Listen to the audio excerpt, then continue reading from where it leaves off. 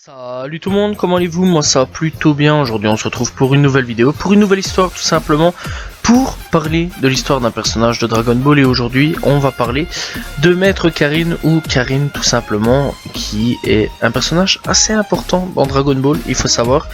Bref, donc qui est-ce? Et bien tout simplement, Maître Karin est un ermite de la tour Karin, portant son même nom.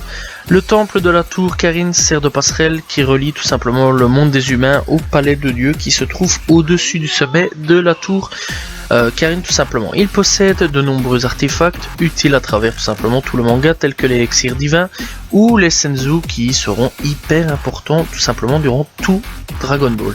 Bref, il faut savoir quand même qu'il est apparu tout simplement dans le chapitre 88, épisode tout simplement dans l'animé 61.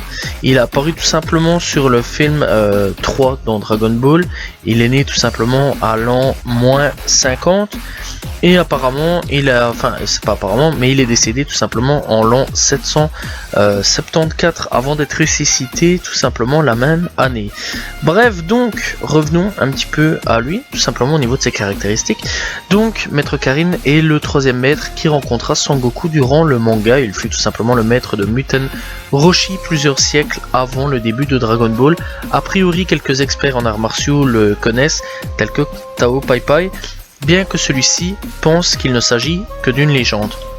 Muten Roshi a mis 3 ans pour obtenir l'eau sacrée divine, et c'est en usant tout simplement de plusieurs subterfuges qu'il a par exemple tenté de voler l'urne contenant tout simplement l'eau lorsque Karin dormait tout simplement.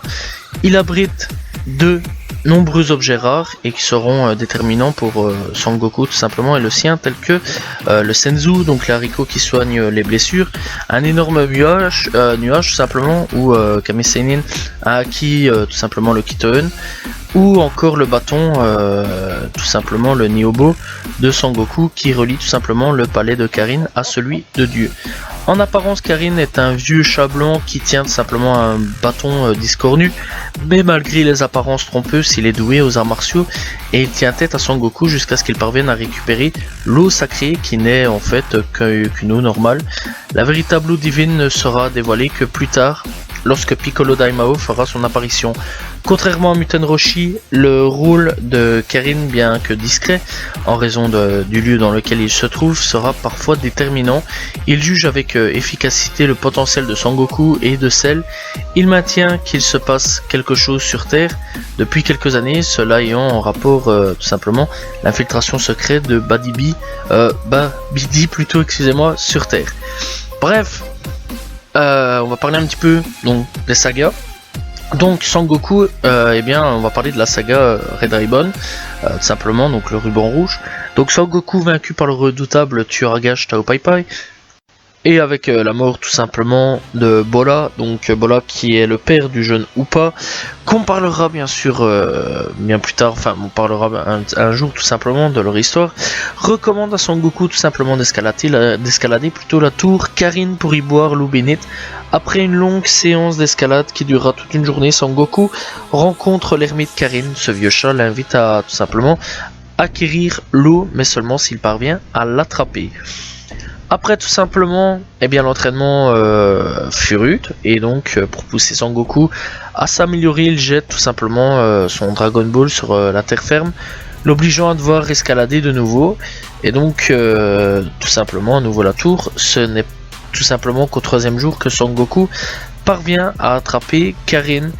Il relève tout simplement que l'eau bénite n'est que de l'eau ordinaire et que son entraînement tient tout simplement en fait des mouvements qu'a exercé Sangoku en raison de l'oxygène plus rare.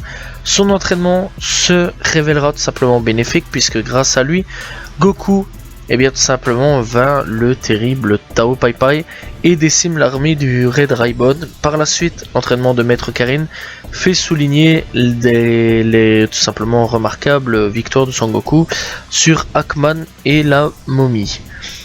Tout simplement après on le revoit dans la saga Piccolo Daimao, et donc Sangoku tout simplement essuie une défaite importante face à Piccolo Daimao.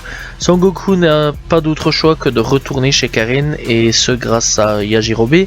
Celui-ci ne peut l'entraîner car son jeune élève est presque à son niveau. Il lui conseille l'élixir divin, une eau qui accroît simplement le potentiel d'un être.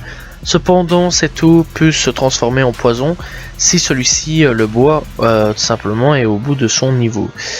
Bref, après tout ça, et bien après la défaite de Piccolo Daimao, c'est grâce à Karin que Goku se rendra chez Dieu tout simplement et ce pour ressusciter les victimes. Karin connaissant en effet les effets des Dragon Ball et par extension son créateur. Grâce aux informations tout simplement précieuses de Karin, Son Goku parvient à s'y rendre et ce grâce à son bâton tout simplement magique et donc qui lui appartenait jadis et qui avait été donné par Muten Roshi. Bien que cela ne soit pas montré, Karin entraîne lors tout simplement des préparations du Tenkaichi Butokai, Tenshinhan, Yamcha, Krillin et Chaozu. Finalement, Yajirobe, quant à lui, ne quittera quasiment plus le temple de Karin, puisqu'il restera auprès tout simplement de Karin. Dans la saga Saiyan, il intervient peu dans cette saga, pourtant c'est lui qui informe les compagnons de Sangoku que Dieu souhaite les entraîner, et ce par intermédiaire de Yajirobe. Lorsque Sangoku est enfin de retour tout simplement sur Terre, Karin lui donne quelques senzu, tout simplement sa possession. Il va à la Kame House pour chercher Muten Roshi et ses amis tout simplement. Ainsi, ils se rendent sur le lieu de la bataille. Il s'agit de la seule fois où nous pourrons voir Karin quitter son temple. Sur les lieux, il se rend compte de triste état tout simplement que se trouve Sangoku et le félicite pour ce qu'il a fait. Il rend plusieurs fois visite à Sangoku et tout simplement attend avec impatience les prochains senzu qui devront arriver chez lui. Dans la saga Cell, Karin est inquiet lors du Cell Game et ne comprend pas pourquoi Sangoku est si décontracté. Quel est son but? Il jauge tout simplement son potentiel par rapport à celui de Cell. Il révèle alors que Sangoku est encore inférieur à l'humain artificiel évolutif. Malgré tout, Sangoku paraît tout simplement toujours aussi détendu malgré son accablante nouvelle.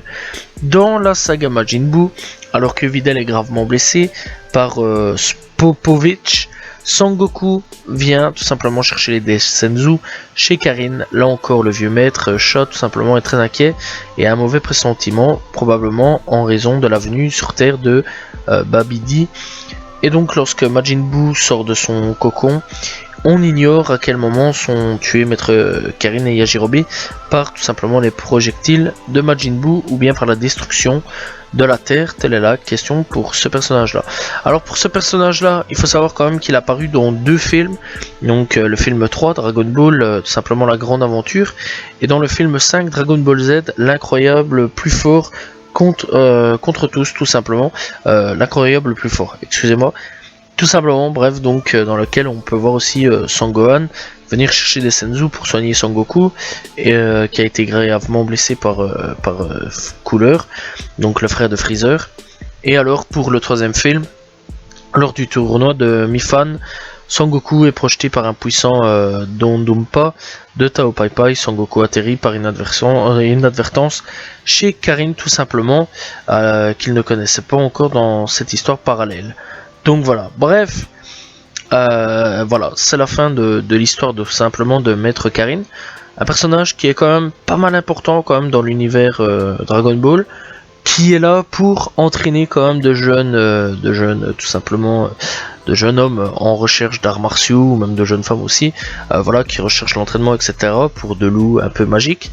Voilà, c'est lui quand même qui est un peu au centre d'énormément de choses, parce que sans lui on n'aurait pas les haricots magiques, voilà, on n'aurait pas eu loup magique, enfin divin non plus, et aussi il faut savoir quand même que c'est grâce à lui, enfin de son côté là où il est, qu'il y a des arbres, des nuages volants tout simplement. Voilà, c'est la fin de l'histoire tout simplement de Maître Karin. J'espère que vous avez apprécié la vidéo. N'hésitez pas à vous abonner, liker.